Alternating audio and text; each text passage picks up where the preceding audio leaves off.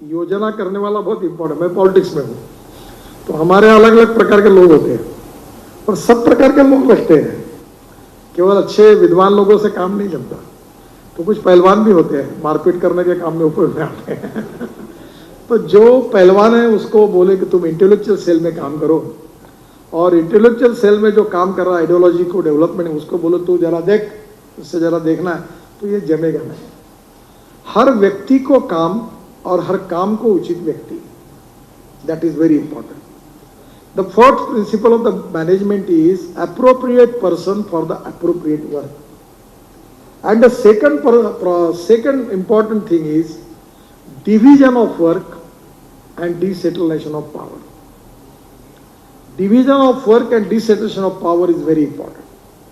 कुछ लोग ऐसा होते हैं, बहुत अच्छे होते हैं, पर सब काम खुद ही करते हैं। लीडरशिप का मतलब है तुम चुपचाप बैठो और टीम को काम करने लगाओ, और किसने ठीक काम कम पड़ा है उसकी मदद करो। तो आप ही खुद खूब मेहनत करते हो तो मजा नहीं है उसमें। तो मैं अक्सर लोगों को एक मैथमेटिक्स के इक्वेशन की बात करता हूँ कि ए नाम के व्यक्ति ने ए स्क्वायर काम किया और बी नाम के व्यक्ति ने बी स्क्वायर काम किया, तो total work is A square plus B square. But when A and B comes together, thinks together and works together, A plus B bracket में स्क्वायर, इसका जवाब आता है A square plus B square plus twice A B, and twice A B is the result of collective team spirit. आप कितने विद्वान हो, कितने होशियार हो, कितने धनवान हो, ये फर्क नहीं पड़ता, पर you must learn the art of management, कि सब लोगों को साथ में लेकर उनको मोटिवेट करके, इंस्पायर करके, एनर्जी क्रिएट करके हम कलेक्टिव टीम के रूप में कैसे काम करें। और ये करने के लिए पहला प्रिंसिपल कोई है तो human relationship is the biggest strength of politics, business and industry. आपकी रिलेशनशिप आपके सबऑर्डिनेट लोगों से कैसी है, ये बहुत इंपॉर्टेंट है। Respect should not be demanded, it should be commanded. If you do just for it you will get it. आप उसके सामने, मुझे याद है, और मैं वो उदाहरण अक्सर मेरे लड़कों को भी बताता हूँ, रतन टाटा मेरे अच्छे मित्र हैं। मैं मंत्री था, मलबार हिल पर रहता था, तो मेरा पैर टूट गया, एक्सीडेंट हो गया। तो एक्सीडेंट हो गया तो मुझे मिलने के लिए रतन टाटा आने वाले थे, तो वो निकले घर से, और मैं उस समय पैर 4 जगह फ्रैक्चर था। तो उन्होंने मुझे फ़ोन किया और बोला, नितिन मैं तुम्हारा घर मुझे नहीं मिल रहा, कहाँ है? तो मैंने कहा आप ऐसा करो, आप ड्राइवर को फ़ोन दो। बोले Nitin I don't have driver, मैं ही गाड़ी चला रहा हूँ। तो मुझे पहली बार पता चला, और मैं उनके घर में भी गया हूँ।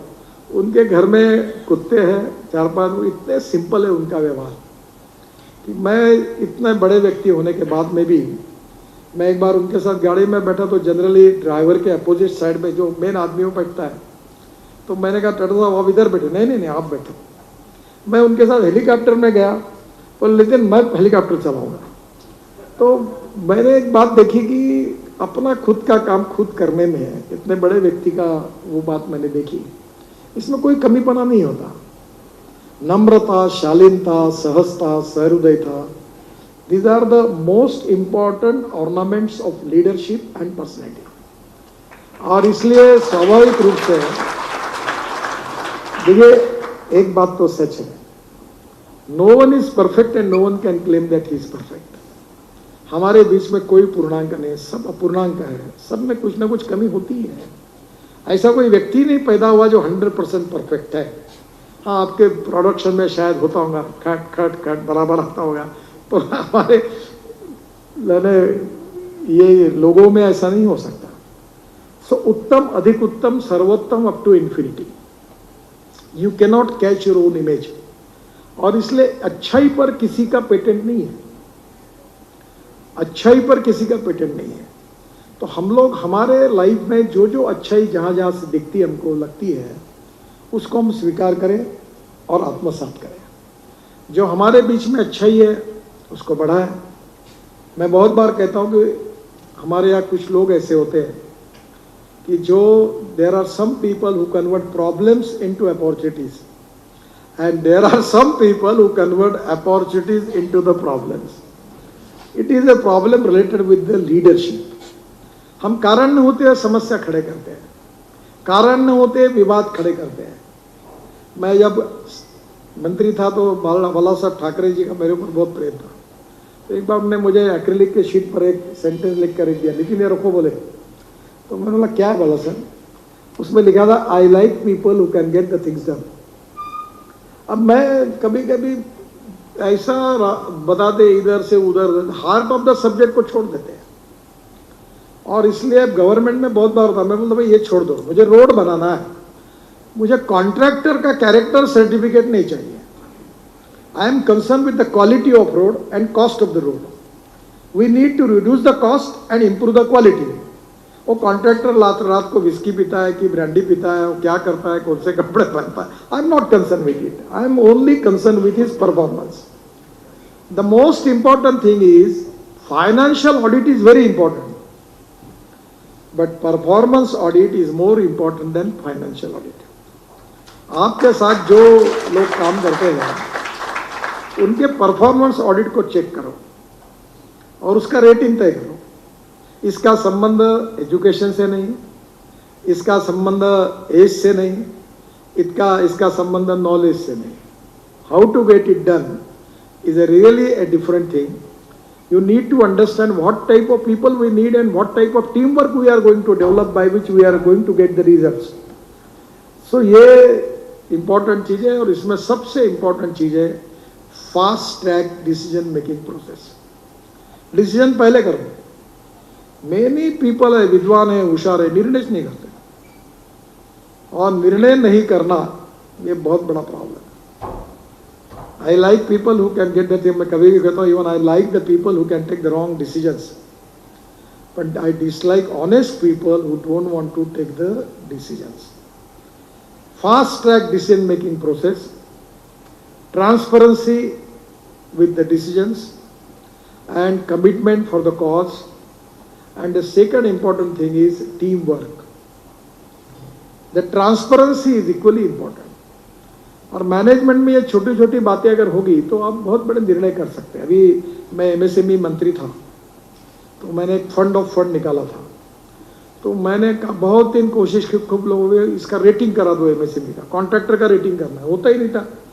तो एक दिन मैंने कहा मैं तो एक्सपर्ट नहीं हूँ, पर 5 बातें करो कि 5 साल का बैंक का टर्नओवर कैसा है वो निकालो, 5 साल का profit and loss account check करो, 5 साल का इसने एक्सपोर्ट कितना किया है वो चेक करो, और 5 साल में इसके ऊपर कोई डिफॉल्केशन हुआ है क्या, नोटिसेस आई है क्या, ये चेक करो।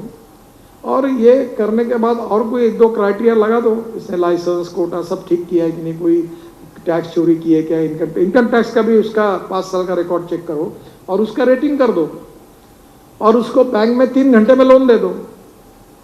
अगर ये 5 बातें जिसकी अच्छी होगी वो डिफॉल्टर बन ही नहीं सकता।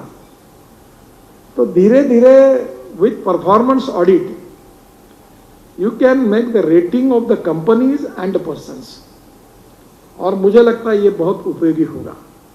अभी टेक्नोलॉजी के बारे में काफ़ी चर्चा होती है।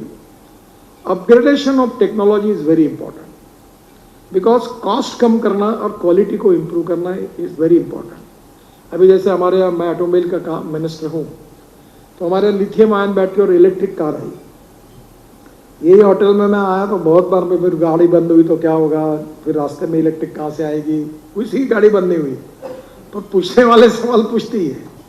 अब जब गाड़ियाँ बेचना शुरू हो गया तो अभी 4 व्हीलर 2 व्हीलर में 400 स्टार्टअप आए जो इलेक्ट्रिक स्कूटर बना रहे हैं, वो होशियार है। और बजाज और टीवीएस ने 120 मीटर वाली गाड़ी स्कूटर लॉन्च की, तो इन्होंने 60 मीटर वाली की। तो मैंने वो वेणु श्रीनिवासन और राजीव बजाज को पूछा कि तुम 120 मीटर क्यों कर रहे हो, तो उन्होंने सर्वे किया। तो सर्वे में एक बात पता चली कि हमारी स्कूटर चलाने वाले लोग दिन में मैक्सिमम 24 किलोमीटर या 26 किलोमीटर चलाते हैं। तो मैंने कहा ये 60 किलोमीटर की रेंज बढ़ाकर लिथियम आयन बैटरी की कॉस्ट क्यों बढ़ा रहे हो। ये मैं बोल ही रहा था, उतने में 400 स्टार्टअप तैयार हुए और उन्होंने 60 किलोमीटर की स्कूटर तैयार की, बढ़िया अच्छे डिजाइन से है। और अभी वो स्कूटर 70,000 रुपये बेच रही, इनकी 1,30,000 में है। अच्छा, उनको भी सेल है क्योंकि 50% ऑफ द 2 व्हीलर हम एक्सपोर्ट करते हैं, तो स्वाभाविक रूप से मार्केट मिल गया। तो टेक्नोलॉजी में भी जो बात इंपॉर्टेंट है कि इकोनॉमिक वायबिलिटी भी इंपॉर्टेंट है। अगर आपने बहुत अच्छी क्वालिटी की और पेइंग कैपेसिटी ही कंज्यूमर की नहीं है तो उपयोग क्या होगा? तो वॉल्यूम में बिजनेस करना होगा तो प्रूवन टेक्नोलॉजी के साथ इकोनॉमिक वायबिलिटी के बिना मार्केटेबिलिटी संभव नहीं है।